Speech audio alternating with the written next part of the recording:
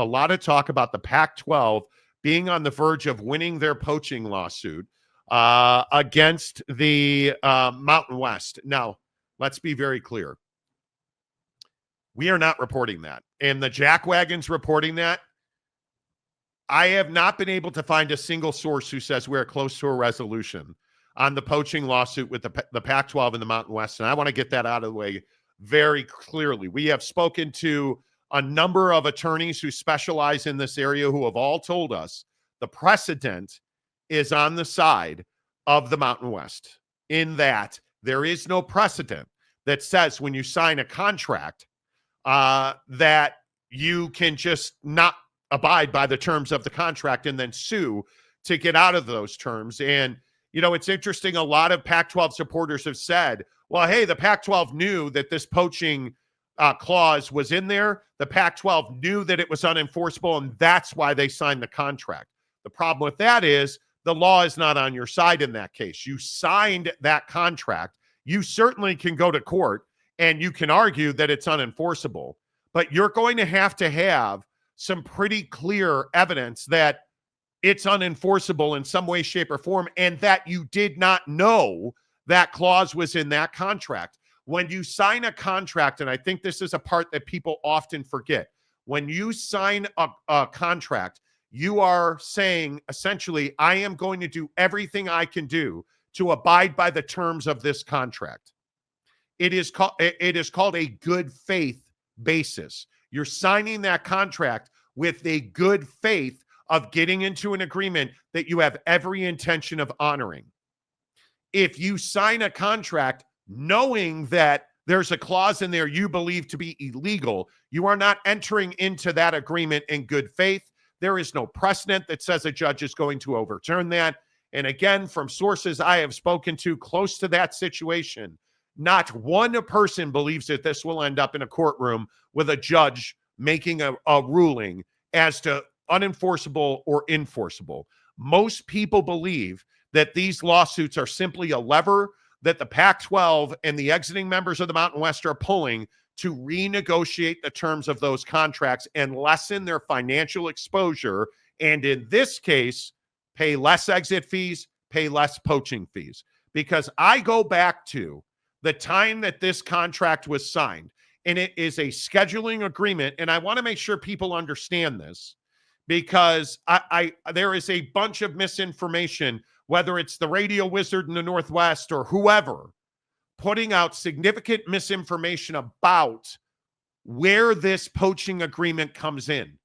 The poaching agreement has nothing to do with either the terms and conditions, the member agreement, the grant of rights. It is all separate of that. Those are all separate agreements. This poaching agreement is part of a scheduling agreement between the Mountain West and the Pac-12, where the Mountain West agreed to schedule with the Pac-2, Oregon State and Washington State, because Oregon State and Washington State did not have a pot to piss in at that point. They had nowhere to go. They knew that they had athletes who needed games. They had clubs and teams and financial responsibilities and obligations to their partners. So they went to the Mountain West, who had extended an olive branch, who would have, and I remind you this, would have merged with the Pac-12. The Pac-12 said no. The Mountain West extended an olive branch in the form of a scheduling agreement. In that scheduling agreement, there is a clause that essentially says, hey, if you take our membership, you're going to pay a price, a poaching fee, for every one of those members who leaves our conference to join the Pac-12. The Pac-12 signed it, knowingly signed it by some reports. And again, I think it is not clear what the Pac-12 knew or thought of this clause. Because again, I would remind you, one of the tenets of contract law is entering into a contract on a good faith basis. None of this adds up, in my opinion, Jake, to the Pac-12 being close now or in the future to, quote unquote, winning the lawsuit with the poaching fees. Yeah, I mean, I think it's rich to be seeing reporting and people putting out into the world that the Pac-12 is quote unquote close to winning this lawsuit. The first thing that really stands out to me is there is no strong precedent that's in the Pac-12's favor, right? So like there's not a case where you can go and say, hey, these guys 7 years ago were in the same spot and the side that's on the Pac-12 side here won that case. You don't have something to go and lean on. And the part that bothers me about this is we're just simply seeing folks who have made a living on the Pac-12 for their entire career putting out things that are just simply, not factual. There's nobody looking at this situation can factually say that the Pac-12 has a strong case to go out and win this lawsuit. What you can factually say, again, no opinions, no bias, no conjecture. You can factually say, hey, there is plenty of precedent. There is plenty of case law that says both from just a simple contract law standpoint, but then also a collegiate athletic standpoint that says, hey, you two signed into an agreement. Here were the terms of that agreement that you two agreed to, and that's what it is. Like there's multiple situations that you could lean on to defend your position here if you're the Mountain West. And that's the part where when I look at this, then I say, okay, well, with that being the facts of the case, what would be my opinion on what's going to happen here?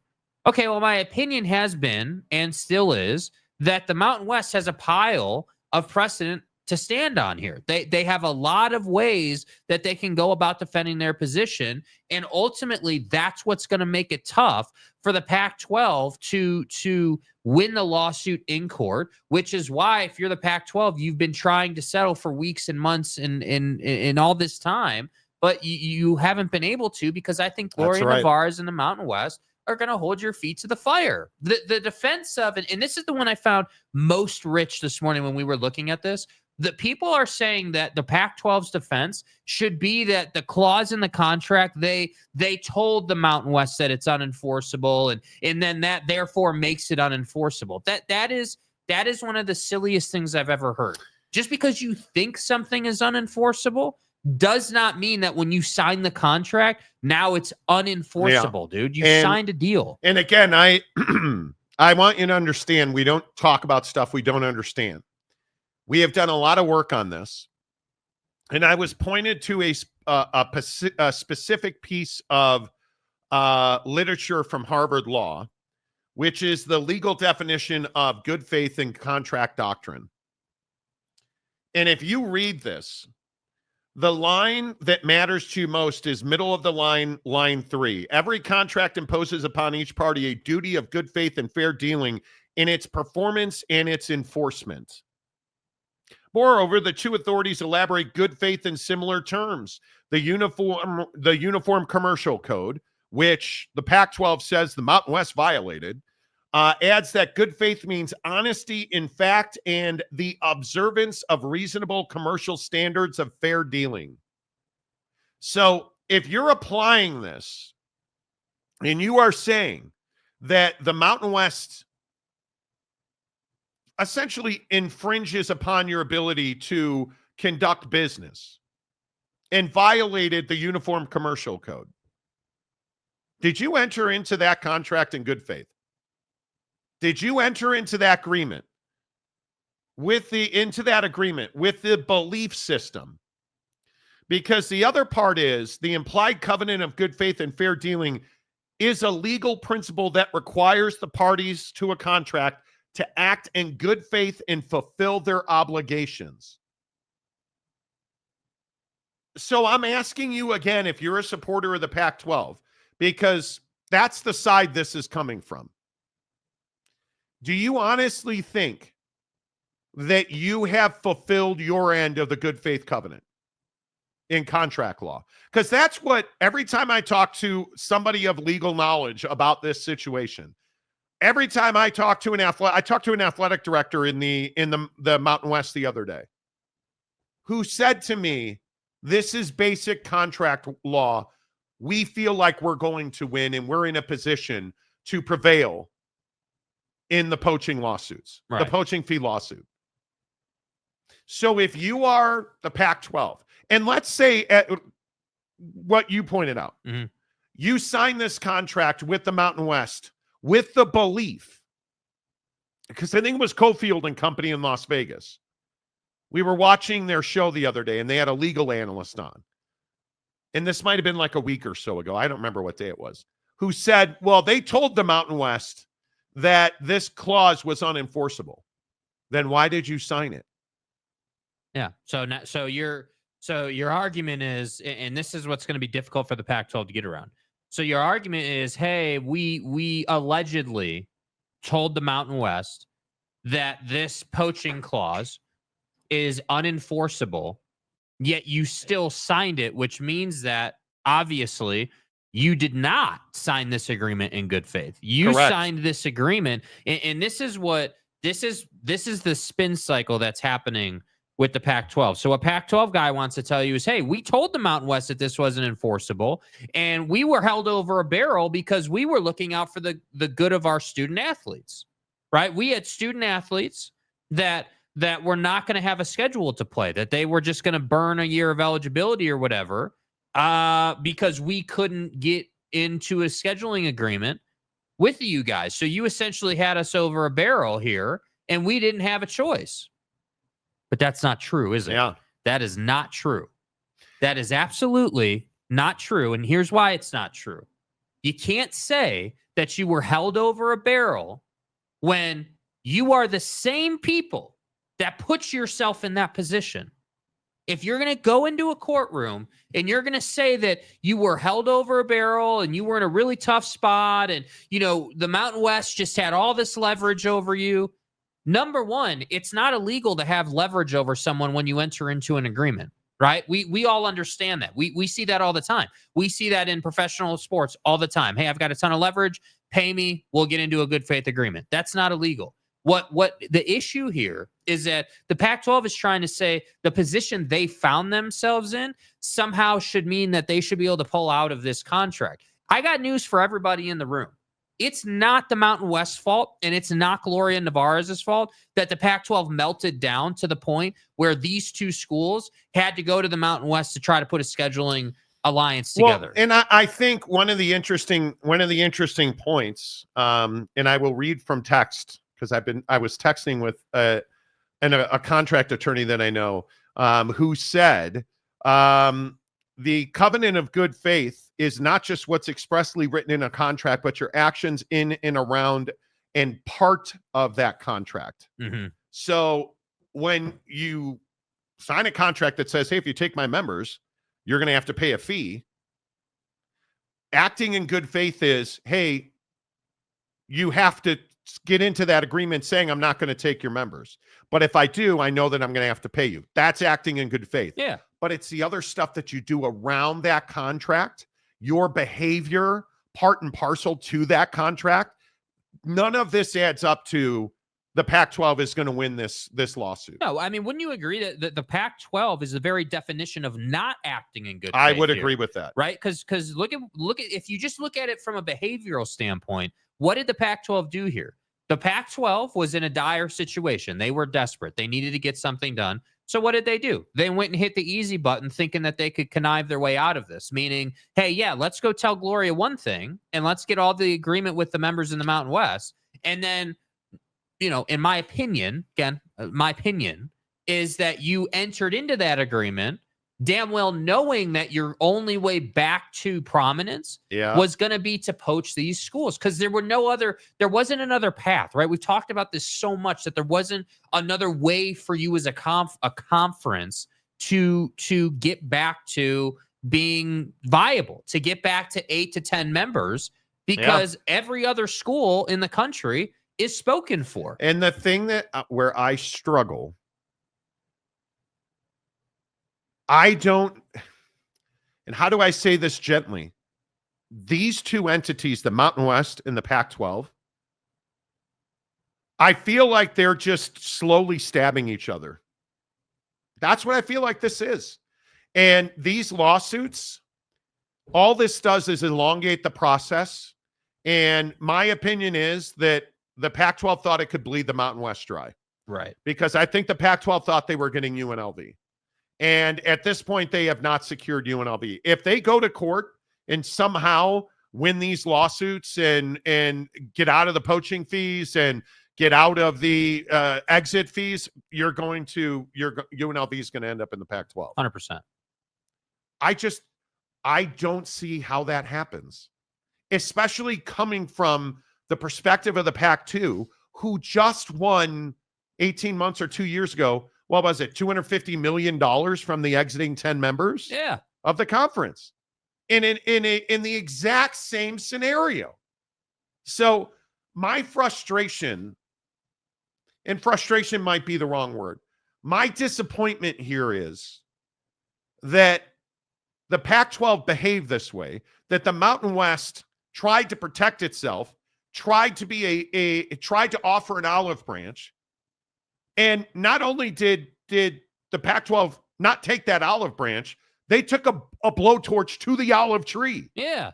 You tried to burn the whole damn tree down, bro. And my point is, this is why we can't have nice things. This is why we can't be friends. Mm-hmm. This is why you can't have two entities with similar goals and aspirations competing for the one exact thing, which is one TV deal.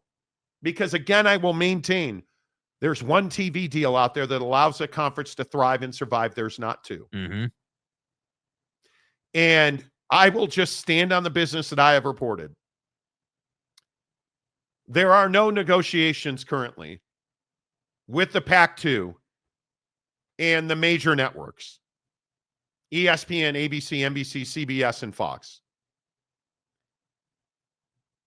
I was told the other day, in fact, the CW wants to know why the Pac-2 is dragging their feet.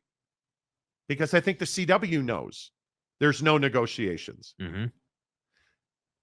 Conversely, I have been told repeatedly that the Mountain West and its TV partners are negotiating an extension to their current deal. And that Gloria Nevarez and her constituents in the Mountain West have multiple multiple million dollar branding deals. And they are trying to get a media rights deal done, whether that's an extension, a whole new deal, whatever that winds up being. Right. Whoever gets that deal done first, in my opinion, is in a much better position. I would not want to be the Mountain West. I would not want to be the Pac-12 if the other beats you to a media rights deal. Well, and I think it's very difficult. Bro, I think this is the other portion of the argument if you were to go to court on the poaching fees thing. If you're the Mountain West, are you not bringing to court a fully vetted and supported argument as to why this situation with the Pac-12 is hurting your ability to close a new media rights extension? Yeah. Because because again, remember what the argument was for the Pac-12. The argument was, oh, well, hey, the poaching fees and the way the Mountain West is doing business is preventing us as a conference from doing interstate commerce or whatever, right? You guys all remember that. Interference with commerce. Right. Yep. So we all remember that argument from the Pac-12, which seemingly has disappeared. We haven't heard that being officially reported for probably 6 months now. Now, the thing here is that if you're the Mountain West, again, when we take a real unbiased look at this, my problem here is if you're the Mountain West going to court, you not only have the contract you sign on your side, right? Hey, like we signed this agreement. We were all on the same page. We signed it in good faith. That puts the Pac-12 in a hell of a position to essentially argue that you signed this contract in bad faith, I guess. I guess that'd be your argument. But the point more is that whatever angle you want to come at this thing from, you're not getting away from the fact that the Pac-12 violated the agreement that was signed. That's number one. Number two, the Pac-12 multiple times has refused to come to the table on merger talks. And then number three, you can't get away from the fact that it's not the Mountain West's fault that these two schools, and really, what is it, 7 schools now, are in this position, not because of the Mountain West, but because of the decisions and actions not taken by the former regime in the Pac-12. So Yeah. I just really struggle with the idea, and I really struggle with the reporting that we're hearing by, the great radio wizard and many other people out there that are saying, oh, the Pac-12 is close to winning a lawsuit. I would love for one of those guys to walk me down the road of facts that say that's the case. Yeah, I agree. All right, let's get into the comments section. Look at that. The first one. Oh, You've been wrong this entire time about the Pac-12. Okay, do tell. please. And I want you guys to understand, I am wide open to an intelligent conversation about what you think we have been wrong about. And I don't know you. I've never heard of Popeye for you. And every time someone comes in, and we do this every single time, just so you know, Popeye's chicken, we know this. We do this every single time, right? Someone who it doesn't listen to the show regularly, is new to the show, will come in and say that we've been wrong the whole time, which tells me apparently you've been listening. You just haven't been commenting. So thank you. But then number two, I would love for you to just lay out the argument. What specifically have we been wrong about? Because everybody likes to come in here and say that we've been wrong, but then somehow Pac-12 supporter likes to come in here and tell us that we don't know what we're talking about. You tell us we don't know the law. Bro, you're right. I don't know the law, but I go and talk to people who do. I have multiple times. And again, I just ask you, that's Harvard law. Point. That's Harvard law right there. So again, I ask you, this is a good faith doctrine in contract law. Tell me who put the Pac-12 on one side of this and the Mountain West on the other side. They are parties to a contract that included poaching fees. Tell me how the Pac-12 comes out of this on the right side, when it clearly states every contract imposes upon each party a duty of good faith and fair dealing in its performance and its enforcement. Moreover, the two authorities elaborate good faith in similar terms, which I am told, I went to a legal person that I know and said, what does that mean? Because I don't quite understand it. And what that means is your actions related to that contract you signed require you to act in good faith to uphold the tenets of the contract. Not only do you have a good faith requirement to execute the terms of that contract that you signed without duress, and they have no proof that they signed this under duress, you also have a good faith basis that you must act under in party to that contract. You owe that to your partner in that contract. So when you say, I don't know what I'm talking about and I've been wrong, Mr. Popeye for you, do tell. Do tell. I'm here for the conversation, my guy. Yeah. I'm here for I it. would love to hear what you think we've been wrong about. Sergeant Moorhew, just merge already. We've had such a good conference with both new leagues. 100% agree. And I want to make this clear. We have asked Gloria Nevarez. We have asked Teresa Gould. We have essentially asked the commissioners from every league involved, including the AAC, to come on the show. We have asked multiple athletic directors that I have had 1v1 conversations with to come on the show. And to this point, nobody has said, everybody says, yeah, I'd love to come on the show. Let me see if I can fit it in my schedule.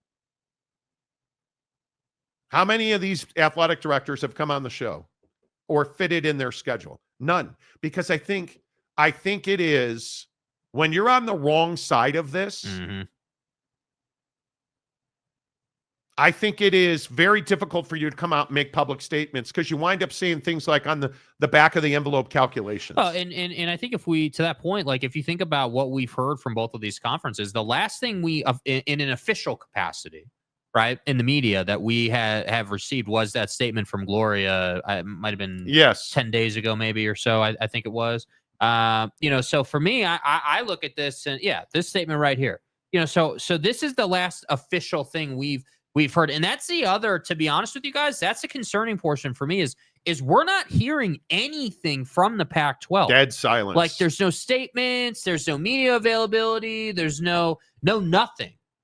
Dead silence. I don't know what that means on a factual basis. In my opinion, I feel like that means there's not a whole lot to say if you're the Pac-12. Yeah. And you're trying to work your way through things. I don't, and listen, I understand why if you're a Pac-12 supporter, this upsets you. If Teresa Gould, the commissioner of the Pac-12, was on this show, I would specifically ask her, have you had any intention at any point of merging with the Mountain West? Did you understand the tenets of this scheduling agreement when you signed it? If she answers those two questions in either direction, does that help or hurt the Pac-12? It hurts the Pac-12. Because she can't say, well, no, I never had intentions of merging. Yes, I had intentions of. You're going to get picked apart on that. Yeah. Hey, did you know the tenets of this scheduling agreement when you signed it? Yes, I did. You basically just lost your lawsuit right there. Yeah. No, I did not. Well, then why did you sign it? Well, you basically just lost your lawsuit. Did you understand the poaching penalties that were part of that contract? Yes, I did. Well, then what good faith basis? What good faith basis do you have not to pay those poaching fees? Because that's what's going to happen. Mm-hmm. And this is not my opinion. This is not my opinion. A noted contract lawyer has told me this directly. What's going to happen is they're going to go in front of a judge. And I would point out, I said this same thing when the Pac-12 and its exiting 10 members wound up in a courtroom. If you're the exiting 10 members of the Pac-12, you signed an agreement. And then when USC and UCLA left announced they were leaving the conference, what did you do to them? You ostracized them. You took their seats at the table and said, we don't care what you have to say going forward. Enjoy purgatory until you leave this league. And then when the two remaining, Oregon State and Washington State, essentially did the same thing to the exiting 10 members, those exiting 10 members said, that's a violation of our agreement.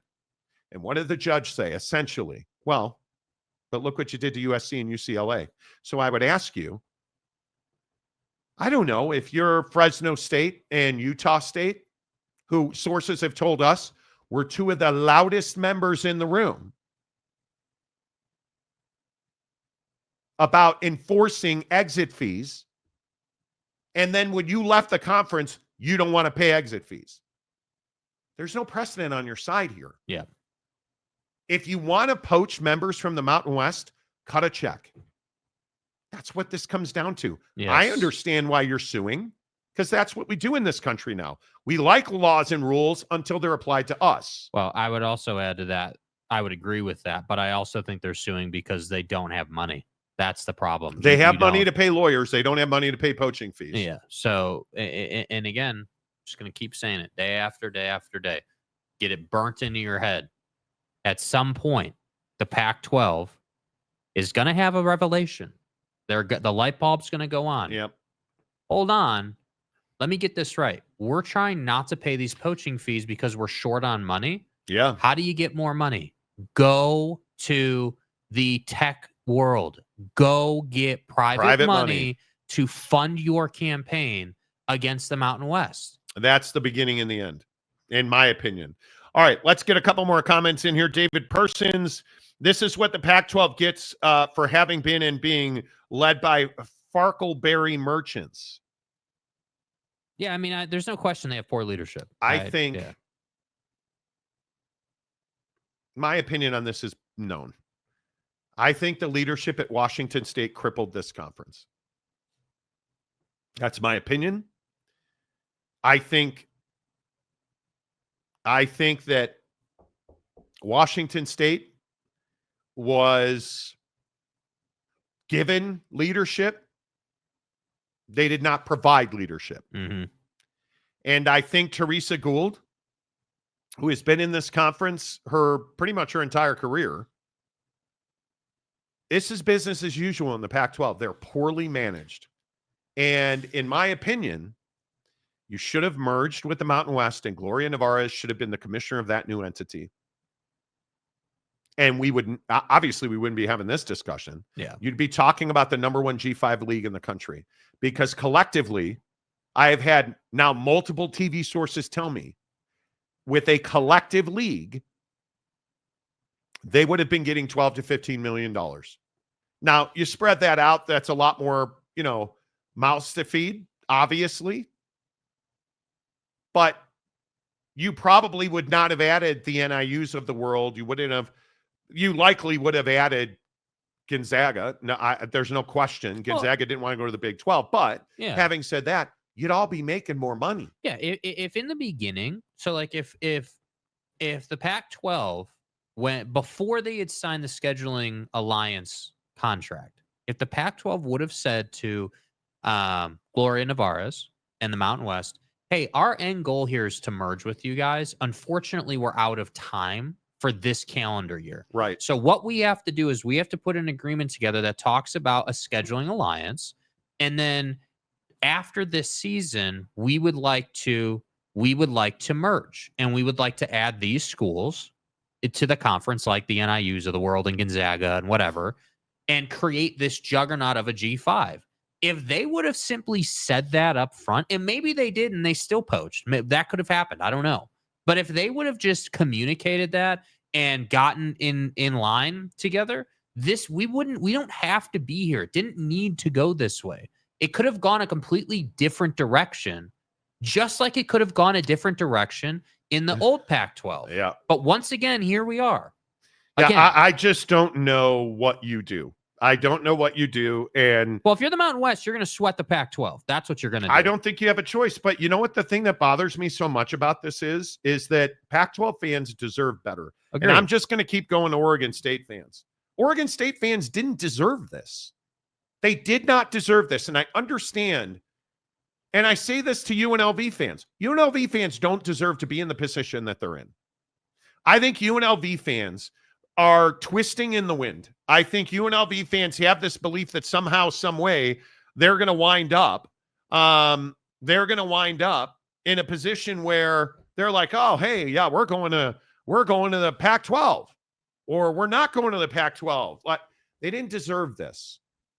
Oregon State fan didn't deserve this because Oregon State had done everything right, and they simply got caught in a space and time where they didn't act soon enough, and they didn't act decisively enough, and there was nowhere for them to go. And now you're in a position where, in my opinion, based on the things that I've heard and seen, Washington State and their lack of leadership has crippled Oregon State.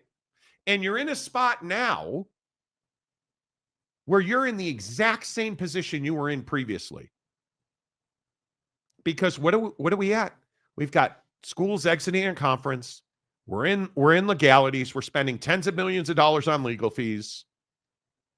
We are in a position where we've got, people being mouthpieces for the Pac-12, spewing misinformation, in my opinion, purposefully spewing misinformation, because that's what we do in this country now, right? That's what we do.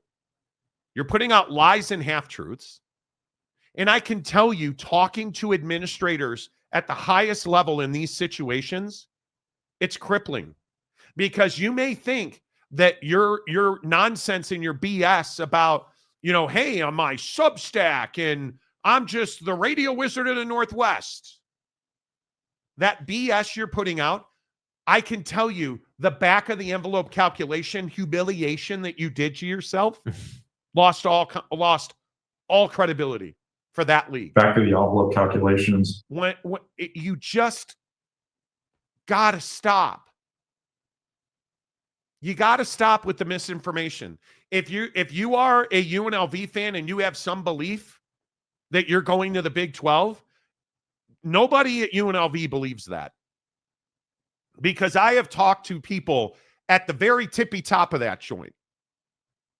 And I've asked, and nobody has ever said, yeah, we're going to the Big 12. Yeah, we're getting into the Big 12. That's our goal. Nobody's ever said that. You know what they're trying to do right now? They're trying to build a basketball program that can win games. Because UNLV, I was told directly, understands that they have to revenue generate through their basketball program. It's a critical part of their financial infrastructure. So you want to know if UNLV is doing well? Just look at their basketball team. Because their football team is strong. Now, again, huge transition right now, but UNLV is broke. They don't have money to go in. They have money to operate. They have money to be a full operational athletic department. They do not have money to pay exit fees and poaching fees and lawyers to fight those battles. Yep. To fight for their grant of rights, which they are now locked into the Mountain West on. If you want to come in here and say, hey, you guys have been wrong at every turn about the Pac-12, please detail that, which you still have not done. Yeah. You still have not done. In my opinion, I don't think we've been wrong. That's what happens. You come in here as a Pac-12 fan and you say we're wrong, and then we never hear from you again. Let's see. Red Buckeye. Ohio State hired Matt Patricia as their DC. Yeah, we'll talk about that coming up in 7 minutes. Yeah. Geoff. Good morning, Geoff. Anthony Rendon is still on your roster. You've been wrong about Del Taco the entire time. It's amazing. I've said it's amazing. I am the Del Taco guy on the show. And you guys are jerks for not giving it enough credit. I am a Del Taco. Did you guys see the Del Taco? Dude. I think it's Del Taco that has an aggressive expansion plan to open over 100 more locations in the next 18 months. I'm here for it. Yeah. You want crinkle cut French fries, Del Taco. Dude. You want a crispy chicken burrito, Del Taco. You want a damn good double Del? God, why all do you day, always bro? go to the burger? Because it's bomb, dude. It's good.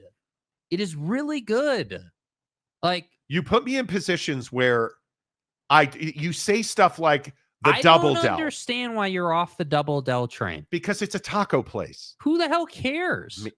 Clearly I do. Well, you're a nobody. I get it. I don't know anything about the Pac-12 Morty, or burgers from Taco The Joy. genesis of the greatness of Del Taco on the program was the double Del. It was. That's true. Can't deny that. UW fan Jim can't say you're right and wrong until we see the TV deal and the court decisions. That's fine. I'm not telling you that I've been right or wrong. I'm not the one making that claim. What I'm telling you is we've been accurate. That's what I'm telling you. We've been accurate about what was happening in the previous, because remember, Utah was never leaving. Remember, the Pac-12 was going to be fine and get a $50 million per year back of the envelope calculation deal. And they were going to get $600 million and, And I warned you about that guy, and I warned you about all these podcasts who, put people with no credibility on that say they're going to get a $600 million windfall that we told you was never possible. And they were going to stand in the way of the Kirk college Schultz, football playoff committee. Kirk Schultz was going to block any movement in the college football playoff committee. He was never doing that. We told you that. They all told us we didn't know what we were talking about. We actually talk to people in the middle of these situations. Yeah. We have really good relationships. Anybody telling you that this case is going to be dismissed or thrown out, or anybody telling you that contract law is not on the side of the Mountain West, find me a legal scholar. Find me anybody who understands. And you'll know that they don't know what they're talking about, because they're not talking about like this good faith thing. I'm not the one who came up with that. Yeah. Do you think I just showed up one day and was like, oh, what about the good faith clause? I'm not a lawyer.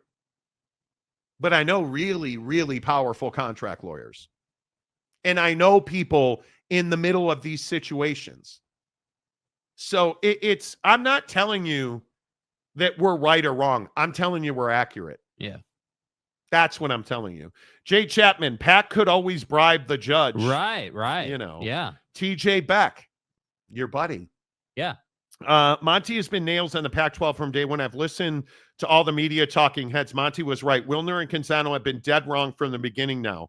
Period. New paragraph. I'm not going to be the guy that mentions names. But when you put on George Kliavkoff on your show and he just spews lies and half-truths, and you're like, oh, man. Oh, yeah. Oh, man. Georgie Poo, my guy. And you have just repeatedly been a mouthpiece with zero credibility. Yeah. For the Pac-12. You make your own decision.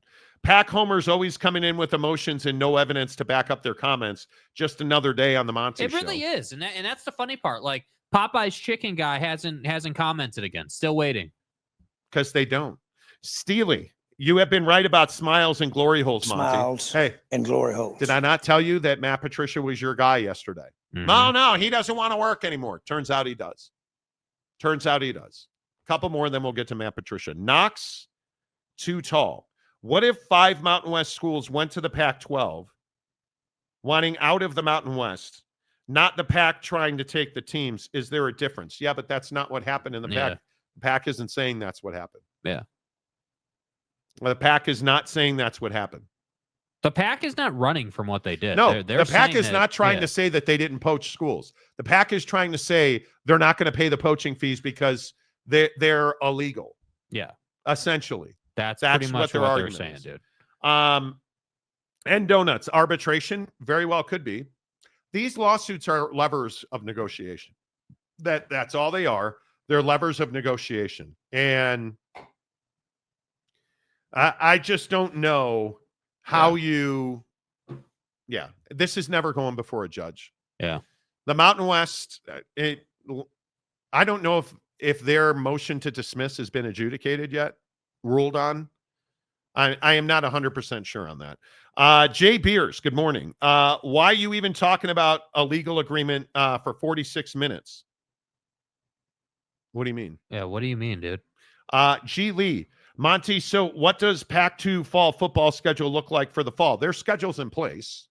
See, and I think if you look at the Mountain West, it's not like they're not going to abide by the terms of the deal that they made, the scheduling agreement.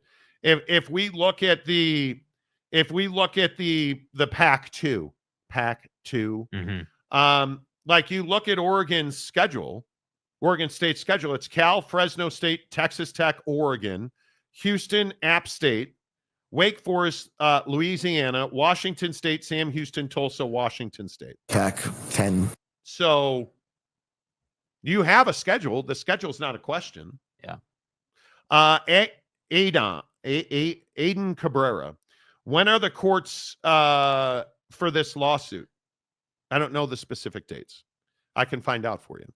Knox too tall. What if Boise, Fresno, Colorado State, Utah State, San Diego went to the Pac-12? Man, you asked that before. Yeah, I That's don't know. That's just not the case, dude. That's not what happened. We don't do the what ifs, ands, and how about we deal with the facts of the situation. We get too far into this, but what if, because there are no what ifs. There is a contract and you signed it. No Welmanis. Yeah, there's a contract and you signed it.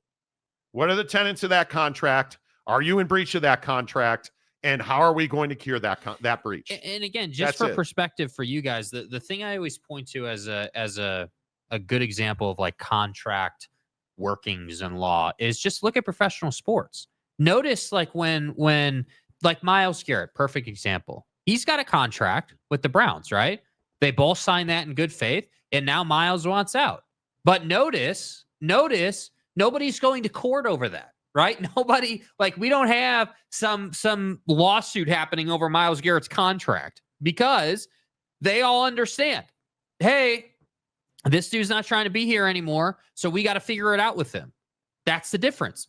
And here, the only reason we're going to court, or potentially, is because the Pac-12 doesn't have enough money to pay the poaching fees. That's Correct. The only reason this is going to court or whatever even be a threat to enter a courtroom. Maury Alvarez, he lives in Florida. PAC fans don't deserve this, but Pac-2 actions are causing them to deserve this. Well, Facts. you're not wrong about that. Hero 75 for $5. The best quote-unquote win the Pac-12 can likely get is being allowed to pay the Mountain West in installments over a couple of years instead of all at once. And hey, maybe that is valuable. That's a great point. Maybe everything's that's something that you can get worked everything's out. negotiable, Yeah. certainly. Yeah. Right? Oh boy. Reister JP. Del Taco is for gringos. Well, I'm a gringo. Yeah, I'm The bottom line is there is too much dead weight in the Mountain West for a merger. That's why I have a hard time seeing the Mountain West getting a good TV deal. Okay, so let's talk about that. What is dead weight in the Mountain West? Because you're not getting a TV deal based on the bottom half of your conference. Right. You're getting a TV deal based on the eyeballs that your conference in totality brings to the table, right? So if we say dead weight in the Mountain West, okay, is NIU dead weight? Well, clearly not, right? Is UTEP dead weight? Clearly not. Why is the Pac-12 trying to get Texas State to join their conference? You need a foothold in a major metropolitan area like El Paso, Texas, UTEP, University of Texas, El Paso. Yeah. So what I say to you is, if we look at the Mountain West, for instance, you can say that, yeah, did they lose Boise? Sure, but is Boise bringing you a massive TV audience? Not on a week in, week out basis. And I again ask for the Pac-12. Okay. So if the Mountain West, their big brands are UNLV, certainly is a huge television market, right? But do you understand the television market in Las Vegas versus San Diego? I'm guessing you don't, but that's just my opinion. Because if you have dead weight in the Mountain West, what are the major bonanzas of TV deals in the Pac-12? Because Fresno's not a massive TV market. The Central Valley, and I know we've talked about this, we have direct experience with this. Yeah. The Central Valley of California is in a massive transition with immigration and deportations and seemingly action against illegals in this country, those in this country illegally. That is a core population group in the Central Valley of California, which is exactly where Fresno State is. So where is the booming TV metropolis of the Pac-12? They're very similar conferences. Yeah. And which again is why the point you brought up so many times, hey, you should merge. Yes. And then you would get a more valuable package. Because Boise and Colorado. Got news for you. Logan, Utah, it by your definition is dead weight. That is massive dead weight. If that's what we're calling it. Massive right? dead weight. So I understand where you're coming from with this question. Like, hey, if the Mountain West has these brands that are not big TV markets, how I have a hard time believing, I think you said a merger would happen or they would get a TV deal. And the point is not necessarily a conference is dead weight, because every conference has dead weight. Like, let's be on the same page about that. The big boys have dead weight. The Big Ten, the SEC. But Jake, Fort Collins, Colorado. Right? Like they all have dead weight. The question in the conversation is more, hey, what would be, if we're going to enter into a media rights contract with you, what are the biggest games that we're going to get? What's the value proposition of these matchups? And so that's the conversation you're having. And again, the other thing I would point out. That's it. The other thing I'd point out is the Mountain West already has a media rights package, signed and agreed to, and they're working on an extension. So those relationships are in place already. They've had this conversation. I think, in my opinion, they're both really good G5 conferences. One of them's going to, in my opinion, that I can't see them just talking to people in television. I can't see either one of them separately eclipsing $8 million. Yeah. I just can't see that. And again, even if they merge and you put them all in the same conference and you get $12 to $15 million, that's spread over more members. You're a G5 conference. One of you is going to survive separately or as a merged entity. One of you will survive, in my opinion, because only one of you, there's not enough money for both of you to thrive. And and again, what if they each were individually to get $18 million or $8 million, which I don't think is going to happen? That's $16 million collectively. Mm-hmm. That's not happening. Yeah, that's not going to happen, dude. It is, I cannot tell you. I talked to representatives. I want to be careful. I'm trying not to out people, but talking to people in sports television about this exact situation, everybody I talk to agrees. Yeah, one of them is going to get a deal and the other is not going to be in a good spot. It's going to be difficult for both of them to get a deal. Neither one of them is significantly better than the other. Because in the Pac-12, I honestly think the Pac-12 situation is that they've got to find a way to win basketball games. Mm-hmm. Because we keep talking about football. They've both got good football programs. Does either one of them make a good basketball league? I don't think so. I truly do not think so. And I've been telling you for a year and a half, when is somebody going to invite St. Mary's? The problem with St. Mary's is they don't have a basketball gym. Yeah. They quite literally play in a high school gym. It's tiny, which makes it very difficult to compete at a high level. Revenue generation. But you've got to add basketball revenue to this league. Whichever one you want to point to. The Pac-12 and the Mountain West both could use their basketball programs to go to the tournament and not go to the tournament, not go to the college football playoff, win college football playoff games, win NCAA tournament games. Yes. How you make more money. Get to the Final Four, man. But here, I can only say it so many times. And Jim, I'm not dealing with opinions. I want you guys to understand that. The opinions that I have, I am not going to inject my personal opinion into this. I am using facts and conversations I've had. Nobody believes the Pac-12 is significantly better than the Mountain West. Not one TV source, not one administrator I've spoken to says, oh yeah, we got to get to the Pac-12 because it's significantly better than the AAC. Where's all the Memphis to the Pac-12 talk? I would remind you, Memphis signed a grant of rights to stay in the AAC. So not only UNLV, but Memphis as well. You think they want to fight that fight to go to the Pac-12? If the Pac-12 was such a honeypot, why haven't they done that? Mm-hmm. UNLV, fine, they have financial difficulties. They're really constricted financially. But Memphis isn't. Now, I'm not saying Memphis is a booming economic athletic department. They're winning basketball games. They're going to the tournament. Yeah. They're going to win tournament games because they don't want to deal with the travel. And frankly, the money's not good enough. And you lowballed them to start. So, yeah. And donuts. PAC looks good for a regional conference, which is what they are. And there's nothing wrong with that. Yeah. They're a G5. I think there is a belief that I have said here, the PAC sucks. I've never said that. Yeah. It's a G5 conference.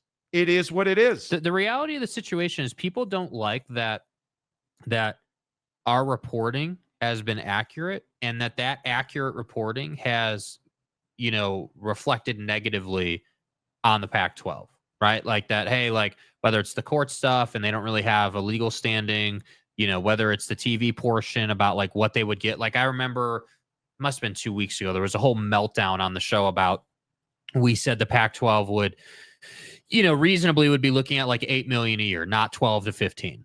Yeah. Like, and everyone got all pissed off about that. And I'm just telling you guys, like, we're not the ones who come in here and say that we've been wrong or we've been right all the time. What we're telling you is that, hey, we have really accurate information. We understand like how the Pac-12 is viewed from as I always say, from everybody in the room, right? If the Pac-12 is sitting at the table in the middle of the room, you've got TV folks over here, you've got the judge over here, you've got Gloria Navarez and the Mountain West folks over here, you've got prospective schools in Pac-12 expansion over here. We understand how all these folks in the room view this conference. Yes. And again, that's not our opinion. That is what we have been told from those people. Like, that's what I'm trying to get you guys to understand is that we're not just sitting here saying, oh, well, we think or well, like, no, if you want my opinion My opinion is that I think the Pac-12 way overshot its reach here with trying to get these schools. The I would agree with Pac-12 that. legitimately and wholeheartedly thought that they could go into the Mountain West under the scheduling alliance contract that they signed, and they thought that they would be able to do that contract, poach the schools, get out of the poaching fees, and ride off into the sunset. Yeah. They were mistaken. I can assure you of that. Yeah. Joey B, Fort Collins, Colorado, with the surrounding cities equals 750,000 people. Not in a DMA, it doesn't. No, it does not. A designated market area? No, it does not. Equals dead weight. Fort Collins. Okay. You got to explain it. Do you guys know what a DMA is? A DMA basically is your broadcast area. When you're negotiating TV rights deals, like you're like, okay, Colorado State, their DMA is split between Denver and Cheyenne. And the biggest rub and the reason they're such massive rivals, who pulls more of the Denver DMA? Boulder or Fort Collins? And it's not close. Mm-hmm. It is Boulder. It is Colorado. And when you look at Fort Collins, and I would have to look up, and I'm not trying to be a red ass, I think Fort Collins is somewhere around, what is their population? Somewhere around 150,000, 170,376 as of 2023. You're not, as a TV entity, I don't know the people of Fort Collins, and they're all terrible people. I'm a business guy. I'm talking about business. The Fort Collins DMA, you don't get to just say, well, we're a Denver TV market. What that means when we say designated media area, that means that you get to broadcast Denver TV stations and Cheyenne TV stations in that market. That does not mean that Fort Collins gets to say, well, we get the Denver population. No, you don't. And it does not mean that even if you did get the Denver population, that all 750,000 people watch your sport. You're not it. This is Like, and this is the argument with state. Check me if you like. mm-hmm. Washington State, I believe, pulls 1 million people for football games on television. They pretty routinely draw 1 million, I think. Okay, you can make the argument then, well, let's, okay. What does Colorado State pull people from Denver? They do not. They do not. Their DMA is split between Cheyenne, Wyoming and Denver because they get TV stations from those two markets. So I'm not saying that the people of Fort Collins, bro, it's not about the people, man. Yeah. Joey B also says Pac-12 heads to G5 status. Cued the background music. Yeah, I don't. Does anybody believe that the Pac-12 is trying to become a P4 again? A P5 again? That's not happening. I think people just assumed that.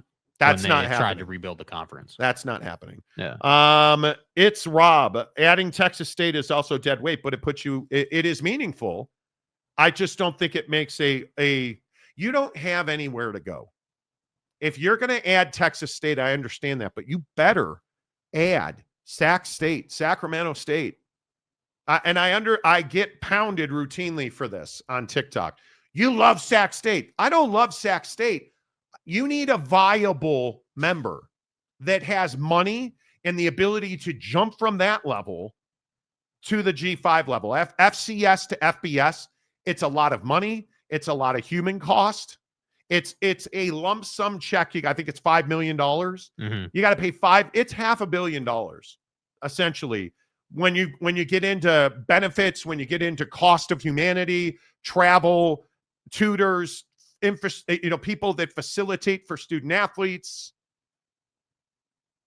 You got to have better buses. You got to have a better airfare deal. Mm-hmm. You got to have a better training table. You got to have better facilities, which Sac State already does. Like, it's $500 million to make a jump from one level to the next. It's not something small. Yes, realignment's awful. I agree with that.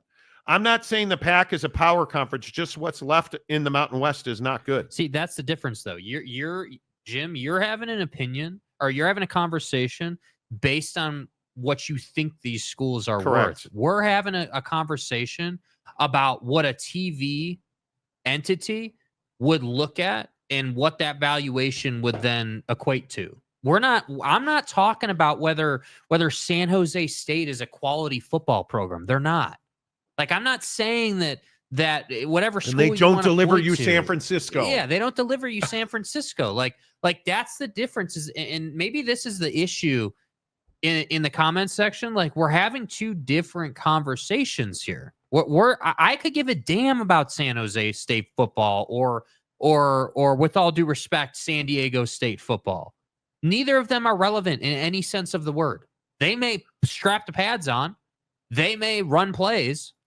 I don't know that they do because I don't watch their games, because I don't have a need to watch their games. That's the reality of it. So ultimately, I'm growing a little bit fatigued on this difference of like perspective on the conversation. We're not saying these schools and these football teams suck. It's not about the people in Fort Collins. But Jim's another guy that wants us to be wrong, which I'm okay with fine. that. They That's want fine. us to be wrong. We're accurate.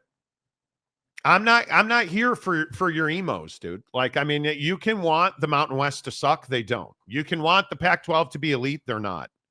They're both really solid G5 conferences.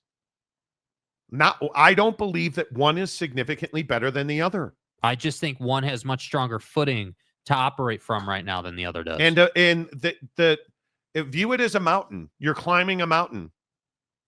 Where on the mountain is the Pac-12 versus the Mountain West? Be well. Where the Pac-12 is significantly further down the mountain than the Mountain West is. So is what it is. Why would the UNLV move to the Pac-12? Because I think there's a belief, and I ask this question when I speak to people at UNLV regularly. I've asked, what's the upside of the Pac-12? And the answer I routinely get from UNLV is there's a belief that the money would be better in the Pac-12. A belief. And so I said, well, what do you have to back that up? The conversations that we've had with the Pac-12. So they're telling you the money is going to be better, but they have no way to back that up. They're basing, and again, when we talk about opinion versus reality, I can tell you multiple athletic departments have told me, hey, we were promised $12 to $15 million of revenue in the Pac-12. Again, pipe dream. We were told that we were going to get a lump sum payout day one of the new Pac-12 because they're going to win the poaching fee lawsuits and they're going to dramatically reduce the exit fees, which that money is then going to be. But if you're Boise State, okay, so let me get this right. You're going to negotiate to lower your exit fee, and then you're going to give whatever you negotiate, whatever you saved in those negotiations, you're going to give to the Pac-12 conference? No, you're not. No, you're not. Why would you do? So you're going to pay them to pay you to pay. That doesn't make sense. It makes no sense that, okay, well, I said the exit fee is $10. I negotiated it down to $5, which I then paid the Mountain West. I took the $5 I saved and then gave it to the Pac-12, who then gave me $7. That doesn't make sense. No. So the reason that UNLV believes that there's more money in the Pac-12 is because they're being told that. Check that against Dr. Ed Scott, the athletic director at Memphis, who we've asked to come on the show, and he's declined because they don't want to talk about the Pac-12 because I think they're worried about getting sued. He straight up said, and I don't know if we still have the bite or not, he straight up said they lowballed him. You're trying to get Memphis, who most people believe is some kind of savior. Mm-hmm. You're trying to get Memphis, and your argument is, well, Memphis, why don't you come here and take far less money than we're going to give everybody else? And yeah, you know, you'll be better off traveling and doing that, you really went to Memphis and lowballed them. If y'all haven't seen the latest reports of what's going on between the Mountain West and the PAC 6, 7 right now, this is a fluid situation, right? So that's the other thing. When we talk about the decision that was made by the University of Memphis to not join the PAC, as I like to call them right now at this time, that was not a binary decision. That was not a no, we're not ever going anywhere. That was based on the offer that was presented in front of us, that we're not taking that offer because we don't think less of ourselves. And I came here for a reason. You heard me in the press conference. You've heard me in any interview I've done. I'm bullish on Memphis's future. And so I think sometimes we get enamored by the new and we want to take a bad deal. And that deal was not a good deal for the University of Memphis. It certainly wasn't a good deal for our athletic department. And most importantly, it was a really, really bad deal for our Olympic sports. So, again, you can root for us to be wrong, but show me the evidence. I want Show me. factual evidence that you have. Show me. Because I'm not talking to my friends who are begging me to mouthpiece for them. I'm telling you. Yeah. There's nothing that says the Pac-12 is a dramatically better situation for anybody. For anybody. Well, unless you ask the Pac-12, and then yeah. All right, a couple more because then I really want to get to Matt Patricia. Aiden, what is New Mexico University's DMA? Aren't they 500,000 people? I don't know. Albuquerque? We don't. 560,274 is Albuquerque's population. They're their own DMA. And I do not believe they are dead weight. Albuquerque's a good market. Monty, hey, Mike Smith. Monty loves the sack. Hey, man. Sacramento. Hello, Elk Grove. Hello, Rockland. Hello, Granite Bay. It's a damn good area. Sacramento's phenomenal. Aiden, what's New Mexico University's? No, they're not dead weight. Sac versus Fresno, you'd have riots at those games.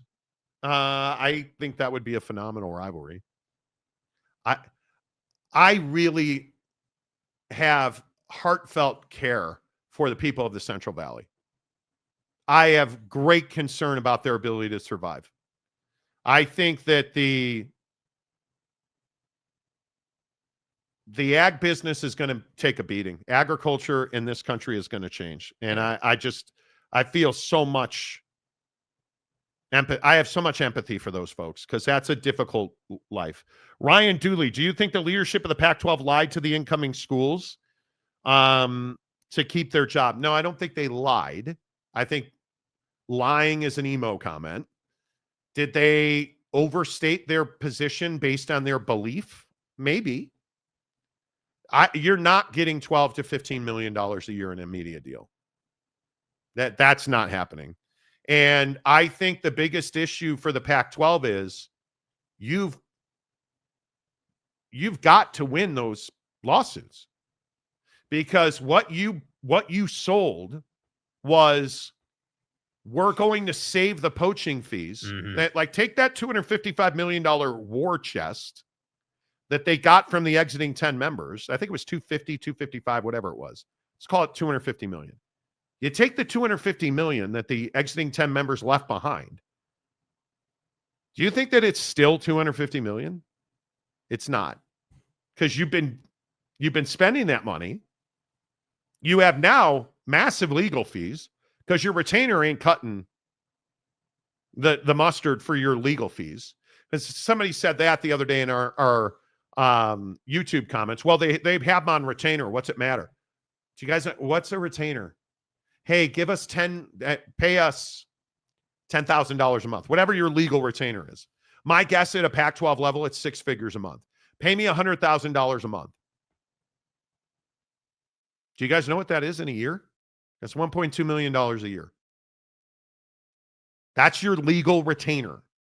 Do you think they've spent more than $1.2 million in legal fees? Yes. Come on. Yes. How would you not? How would you not? I don't believe they lied. No. Mike Smith, Memphis would have to get enough to justify the travel costs. And what Ed Scott, Dr. Ed Scott, the athletic director at Memphis, was saying there is, it's not even the money on its own that was insulting that you lowballed us. You have to consider we have to travel. Okay, better buses, airfare, all of that. But we need tutors. We need mental health professionals. We need a better cut of technology because now we're going to be on the road longer and we still have to execute academically. Right? What was Colorado's big win this year? Hey, the football team averaged 3.0 for the first time ever at Colorado. Yes, academics still matter. I know it's crazy, which you guys still don't believe me on that. Academics matter. They do. UW fan Jim, I don't hate the Mountain West. I don't want you to be wrong. I just think you are, but we will see in the end. Okay. What have we been? And I can't, this is the part that you're a Washington State or a Washington fan. Yeah. What track record do I have? And again, Jim, I think you're a bit of an antagonist, which is fine. Even on Roma Dunze's route running and what he was going to be with the Bears, I think I was pretty flipping spot on about that. Even on, and I again, I'm not going to tell you, we talked to the top of the totem pole at Washington. And they called us. And they did call us. And it started as a Pier 6 brawl, right? With the people at Washington. That started as a brawl. Yeah. They called us and lit us up. And then they're like, hey, by the way, so when we said, hey, Washington is not going to approve anything over 50% streaming and none of their tier 1 in full stream. And Washington fans also said, you guys don't know what you're talking about. And then it turned out that Washington was one of the people that didn't want the new media deal because it was like 75% streaming and all of their tier 1 was going to be on stream. Mm-hmm. You know, so you can keep rooting against us, which is cool. I'm here for it. This is my ask of anybody, including Jim. I don't care who you are. If you're going to come in here and say that you think we're wrong, even though we've been pretty accurate, like I can't tell you the last thing that we had just egregiously missed on. Right. Then I want to know, hey, what you think we're wrong? What facts or what information do you have to support your opinion? Yeah, I don't know. That's what I'm waiting for. If you want, I don't take it personally that you think we're wrong. I don't care if you think we're wrong, to be honest with you, because it's not the Jim Show, it's the Monty Show, right? so I don't care if you think we're wrong. But if you're going to come in here and say, hey, I just think you're wrong, then why? How? Like, explain it. In what that's a Pac-12 supporter and Pac-12 fan can't do that. You can't do it, which is fine. Calford for $9.99. Other than blue cheese, your takes have been spot on. Blue cheese sucks out loud. It's terrible. And donuts. If UCLA are complaining about travel, imagine what Memphis is thinking. Yeah. Mick Cronin, the head basketball coach at UCLA, yeah, was not happy with his Big Ten friends because they were bitching about having to make a trip a year to sunny and 70 Los Angeles, is what he said. He said, try being us making 4 trips back east every year. It's a tough way of life, dude. It's a great point. Damian Fowler. You want the truth? You can't handle the truth. Exactly right. Stadium guy James, who sent you a picture of him. You said he sent you a picture of him in an Anthony Davis jersey. He sent me the classic bathroom mirror picture selfie with an Anthony Davis Mavs jersey. All he had on was an Anthony Davis jersey. No, he had on a sweater. Bro, I don't need to know about all that. Yeah, you know. I'm not saying you're wrong. What I'm saying is both the Mountain West and the Pac-12 need to get more Texas schools because Texas is growing as a state. Well, one of them has Texas schools. One of them does not. And I don't think Texas State difference making? I don't think so. It's better than not having Texas, though. I would agree. I would agree with that. Be well. Monty dropped a Demolition Man reference. Maybe. New Mexico Lobos won the Mountain West in basketball last year. New Mexico's a great program. Albuquerque's a great town. Jesus. Pac-12 is the aging woman past her prime trying to pick up college kids. Are there cougars in the Pac? Nope. Teddy. They'll talk to her and stare at her OSU and Washington State, but no one's going home with her. Could be. And Washington State may have great cleavage. You know, UW fan Jim, I never disagreed with that. Okay.